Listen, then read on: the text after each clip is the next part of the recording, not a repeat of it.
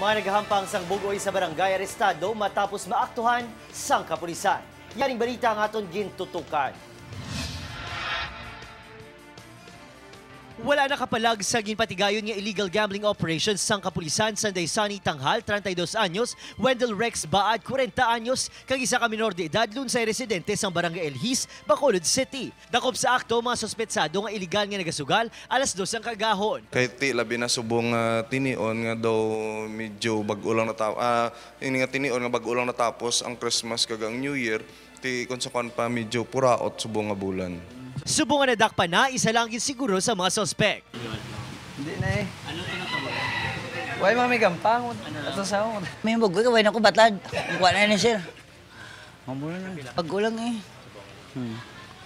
Amo mo na. Huwag na eh, buot man kuya. Sa Barangay Sumag naman, 4 ka mga persona ang gindakop sa paghampang pusoy sa may Purok Riverside. Dakop sanday Benji Bersabal, Marilu Aban, Jess Mart De Leon kag Ivan Puertas. Paglapas sa PD 1602 ang pangatubangon nga kaso sa mga sospetsado. Upod si Reynald Castillo, Adrian Prietos. 1 Western Visayas. Street sweepers ng syudad sang Iloilo nadakpan sa bypass operation. Si Zen Kilantang nakatutok.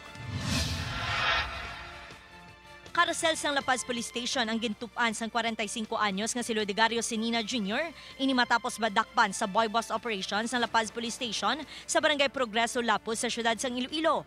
Apatanan ka sa ang suspected shabu kag 1,000 pesos ang narecover sa mga otoridad. Dakap nila sa ako niya, nilay ko sa barangay namon niya. Gulpit lang ko yung palapitan nila.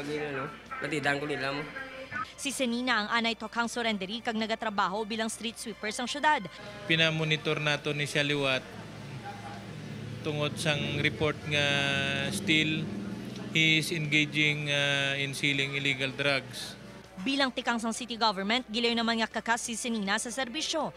Paglapas sa pagbaligya kag paghupot sang illegal drugs, ang ginapangatubang nga kaso sang suspect. Upod kay Romel Porquia, Zen Kilantang, 1 Western Visayas.